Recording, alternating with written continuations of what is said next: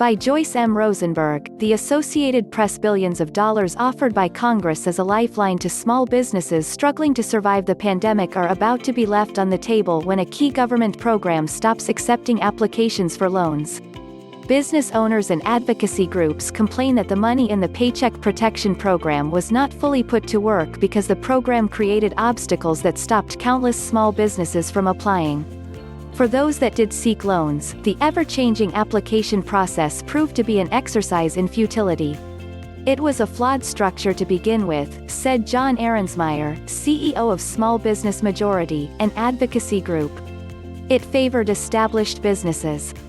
It was set up to give money to people with strong banking relationships. The program's shortcomings also made it more difficult for minority businesses to get loans, according to a report from the Center for Responsible Lending, a research group. The loans were designed to give companies devastated by government-ordered shutdowns money to pay staffers and survive.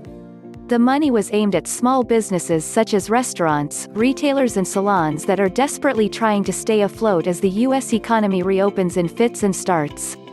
As of late Friday, the Small Business Administration had approved more than 4.7 million loans worth nearly $518 billion.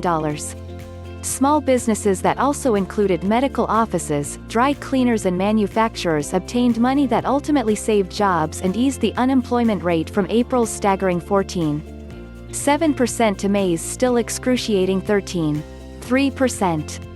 But more than $140 billion in loan money remained unclaimed out of $659 billion allocated by Congress.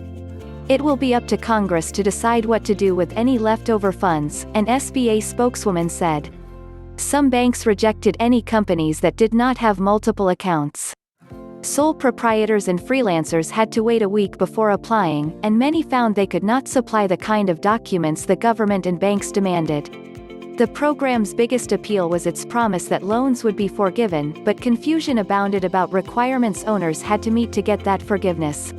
Those requirements and information about the program kept changing. Between March 31st and June 15th, the SBA issued 35 changes to program rules and its frequently asked questions, according to a Government Accountability Office report issued last week.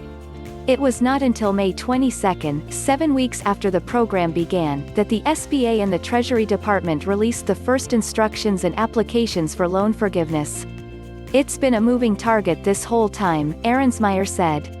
In the dark and struggling with the effect of shutdowns, many owners said, "No thanks."